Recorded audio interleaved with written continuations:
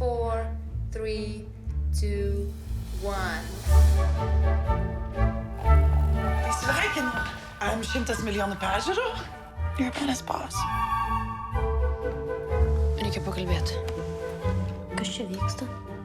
Tu buvai režisierius, tu buvai wow!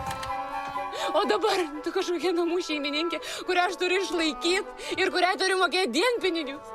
Mes su tėčiu skiriatės? Gyvenkit čia, kol susirasi kitą būtą. Kokį kitą būtą, aš neturiu pinigų. Palauk truputį. Kelkis. Ką? Rusija užpuolė Ukrainą. Nėra pas mus to karo. Viskas bus gerai. Ar aišku? Aišku. Galiu aš pas jūs pagyventi? Daug mano klasiokų priėmė pabėgėlius. Geri žmonės. У вас очень красиво. Didžiausios įmonės bėga iš Rusijos, tai mes turim daryti tą patį. Pavyzdžiui, Rusija režisieriai gerai gyvena, tu norėtum ten pabandyti? Kokia Rusija? Karas. Nekelk balso prie mamos. Ai, mes priėmėm ukrainiečių šeimą.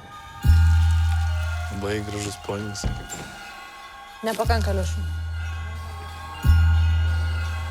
Jeigu toks žinomas menininkas sudalyvautų, tai mums dėl matomumo būtų super. Žinomas. Nu jo. O, tai kas ten vyks, ką ten reikės daryti? Mama, žiūrėk, tėtį rodo. Geras, ar ne? Gyvenimas turėjo būti įdomus. O tapo kažkokie. Mam, nu nepradėk fer.